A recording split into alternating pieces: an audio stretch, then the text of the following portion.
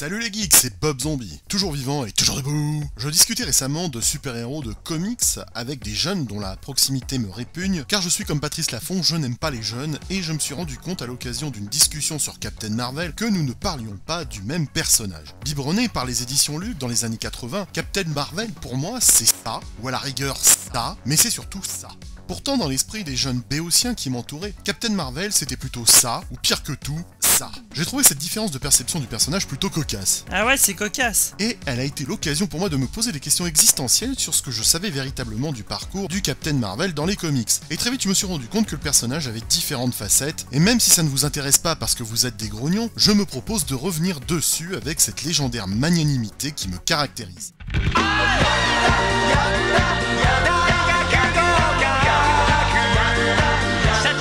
Ta gueule!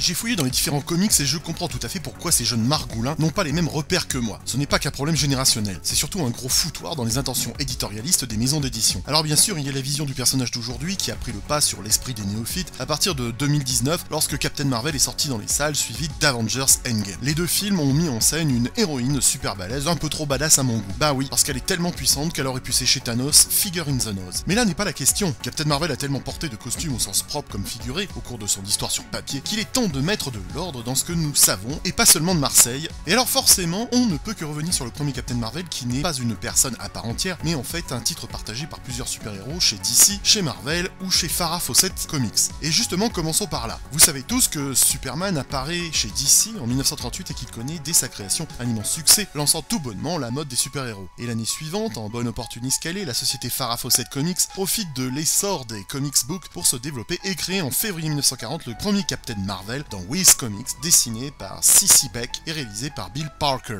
Le héros est un jeune orphelin du nom de Billy Baston, et me demandez pas pourquoi, il rencontre un vieux sorcier chelou, originaire de la Grèce antique nommé Shazam, dans un vieux tunnel tout sombre qui ne sent pas très bon. Quel poète! Le vieil homme en fait son héritier et décide de lui transmettre tous ses pouvoirs. Ainsi, grâce à Shazam, il acquiert la sagesse de Salomon, la force d'Hercule qui rit quand on l'adule, l'endurance d'Atlas, la puissance de Zeus, le courage talonesque d'Achille et la vitesse de Mercure dont la colonne monte dès qu'il croise une vierge glacée, corps de Diane. Cette blague est de très mauvais goût. Et ce Captain Marvel devient rapidement l'un des super-héros les plus appréciés des fans de comics, chose qui énerve particulièrement DC Comics, qui attaque Farah Fawcett Comics pour plagiat. Ils trouvaient que Captain Marvel ressemblait trop à Superman. Non, sans blague. En 1953, Fawcett signe un accord à l'amiable avec DC et accepte de ne plus mettre Captain Marvel en page. Finalement, en 1970, DC Comics récupère l'ensemble des droits sur le personnage et décide de le nommer officieusement Shazam, parce que l'appeler Marvel aurait fait trop de publicité à la maison concurrente. Et pendant que ce pauvre Captain Marvel aka Shazam disparaissait des comics suite à l'accord entre Farah Fawcett Comics et DC Comics, Marvel reprend de façon subrogative sans tapiner le personnage pour se faire aussi des pépettes, et dès décembre 1967, Marvel naît de la patte de ce vieux roublard de Stan Lee,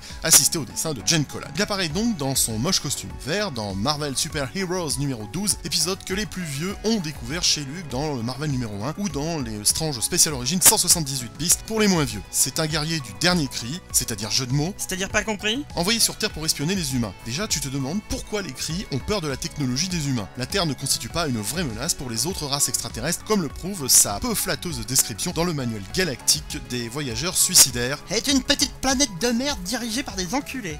Mais enfin, ça va pas! Le Capitaine se transforme en scientifique et se rapproche de Carol Danvers, belle américaine blonde dont l'opulente poitrine nichonnesque est une insulte à la consommation du lait en poudre et dont la structure charpentée de sa physionomie montre qu'elle a été élevée au maïs comme une dinde. Ça mange du maïs les dindes? On a rien à foutre. Bref, une nénette qui travaille pour l'US Force et aussi pour la CIA et la NASA. Ah bah oui, hein, on ne rigole pas, hein. Excellent. Même si ses fonctions sont impressionnantes, elles n'en font pas moins une potiche de type plante verte à secourir, voire à arroser au détour d'une page glamour. Si vous voyez ce que je veux dire. Non. Et forcément, sans aller jusqu'à se marier le cul, les deux personnages entretiennent une peu crédible relation amoureuse jusqu'en 1977, ce qui est dégueulasse, parce que pratiquer le coït avec un extraterrestre me semble limite borderline au niveau de l'hygiène. Et si j'en juge ce remarquable ouvrage de Jacques Pradel, Comment éprouver du plaisir avec un extraterrestre de Roswell, et bah croyez-moi c'est dégueulasse. Dans le Captain Marvel 18 de novembre 1969, lors de l'explosion d'une machine extraterrestre, Carol est exposée à un rayonnement radioactif qui va lui permettre d'acquérir les mêmes pouvoirs que Marvel, Excellent. la faisant devenir une héroïne en cuisse à part entière. Et elle va s'appeler Miss Marvel. Plutôt cocasse, non? Non.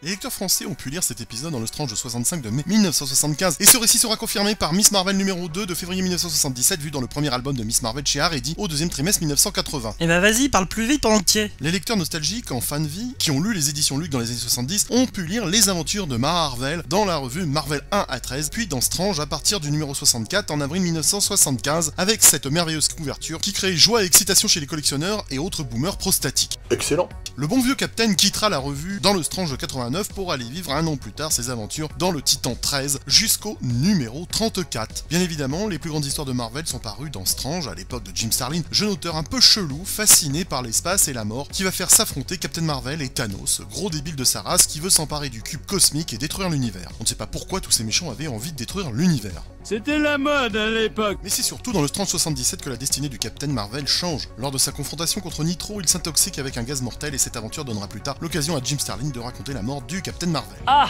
Terrible histoire qui restera longtemps dans les esprits. Elle présente deux particularités, d'abord un héros qui meurt, et sur le plan de la forme, ce comics est mis en valeur par un format nouveau pour l'époque, celui des graphic novels, qui correspond en fait à un album de 64 pages, grand format sans publicité. Je ne résiste pas à l'idée de vous exhiber cette BD fièrement devant la caméra. T'as vu la BD? T'as vu? Bah oui, je la vois, je suis pas abruptiste. Le récit est surtout une mise en avant du côté humain plus que du surhomme, avec un héros mourant qui au fil des pages n'a pas bonne mine. Une mine! Un incontournable pour tous ceux qui l'ont lu. N'est-il pas vrai? Oui. Bref, malgré tout ça, le personnage de Marvel n'a pas réussi à devenir un super-héros à succès, comme le désiraient ses créateurs. Ils ont pourtant tout essayé, avec un nouveau design, de nombreuses aventures variées dans des lieux divers et originaux, mais rien n'y fit. Marvel n'a pas réussi à séduire le public. En mars 1982, la maison Marvel a pris une décision couillue et assez rare dans le monde des comics, tuer le personnage. Si Marvel succombe, le titre de Captain Marvel ne meurt pas pour autant, et c'est alors que commence la ronde des autres Captain Marvel. Je vais essayer de vous la faire courte Valdheim, à commencer par Monica Rambeau. En 1982, le titre de Captain Marvel n'est plus détenu par DC, et Marvel décide de s'en servir pour d'autres personnages dont la fameuse Monica Rambeau. Alors pour nous autres en France, c'était un peu compliqué et surprenant de découvrir cette super-héroïne appelée Captain Marvel apparaître comme ça sans explication dans la revue Speedy, à l'occasion des guerres secrètes. On se demandait bien d'où elle sortait. L'héroïne afro-américaine, tantôt appelée Photon ou Pulsar, a rejoint les Avengers. Faut pas se le cacher, Monica Rambeau fut le moyen pour la maison Marvel de garder en vie le titre Captain Marvel jusqu'en 1992.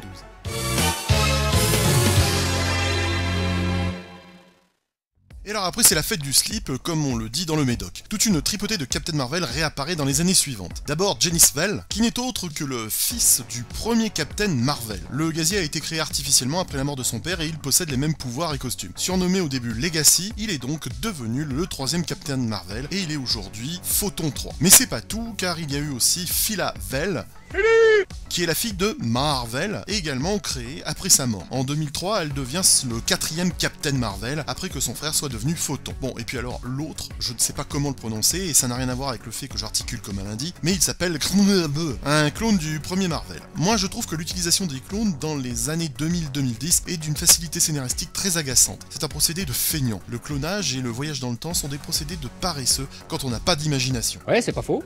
Sans oublier Norvar, appelé Marvel Boy, qui est un cri venu sur Terre et qui depuis 2009, dans le comics Dark Reign, porte le titre de Captain Marvel. Il y a aussi Suzy Sherman, dit Ultra Girl, qui apprend qu'elle est d'origine Kree, et donc Carol Danvers lui confie son ancien costume de Miss Marvel. Mais aussi Carla Sofen, qui endossera l'identité de Captain Marvel dont elle prend l'apparence. Ça fait beaucoup là, non? Sans parler de Wendell Vaughn, qui étudie les bracelets quantiques qui ont servi de modèle au Negaband de Marvel, et il deviendra tour à tour Marvel Boy puis Khazar. Et puis il y a aussi Kamala Khan, qui a l'apparence de son idole Miss Marvel et la faculté de transformer son corps à sa guise. Sans oublier Sharon Ventura, dont le costume de super-héroïne évoque celui que portait Miss Marvel et dont elle reprend le pseudonyme. Sharon Ventura rejoindra les 4 Fantastiques, mais une exposition au rayon cosmique la transformera en version féminine de la chose.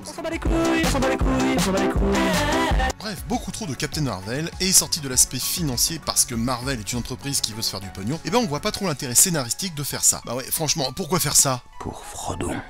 Mais non, ça n'a rien à voir. Et puis il y a Carol Danvers dit Miss Marvel. En 1982, elle échappe au sort funeste de Marvel et elle aura, pendant plusieurs décennies, de nombreuses aventures que les lecteurs français ont pu lire chez Haredi dans une collection aux couleurs chatoyantes et racées. Les lecteurs des années 80 et 90 eurent bien du mal à suivre en France ces péripéties, mais nous avons découvert sur le tard qu'elle fut notamment dépossédée de ses pouvoirs par une Malicia qui pue le seum, comme nous le montre le Strange spécial origine 238 d'octobre 1989. La pauvre Carol est alors aussi inconsistante qu'une huître des Galapagos malade. Mais lorsqu'elle fut enlevée par les extraterrestres, elle réussit à retrouver ses pouvoirs, et elle sera ensuite nommée Binary ou Whatbird. Digne représentante du Captain Marvel, malmenée par les auteurs lorsqu'elle se fait splitter la rondelle dans l'Avenger annual numéro 10 de 1981, ou même quand elle se fait pécho le pétou par Marcus, qui est en fait son fils dans l'Avenger 200 en 1980, vu dans les Vengeurs 12 chez Haredi. Ouais, c'est dégueulasse. La pauvre louloute a bien morflé, elle qui fut pourtant si présente dans de nombreux crossovers. Carol méritait de porter le nom de Captain Marvel. C'était la moindre des choses. Ça, c'est ton opinion personnelle. Et c'est en 2012 que Marvel prit la grande décision de lui décerner le titre de Captain Marvel dans le 9e comics book de The Amazing Spider-Man. Cette promotion de Carol Danvers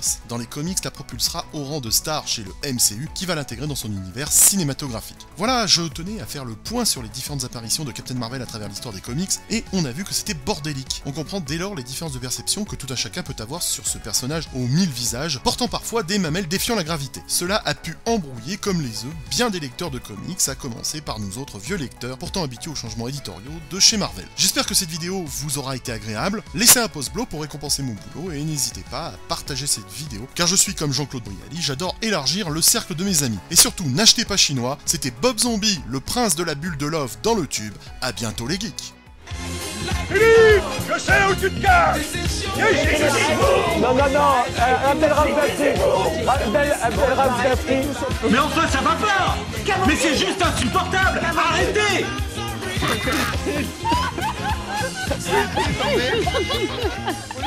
Philippe, je sais où tu te caches.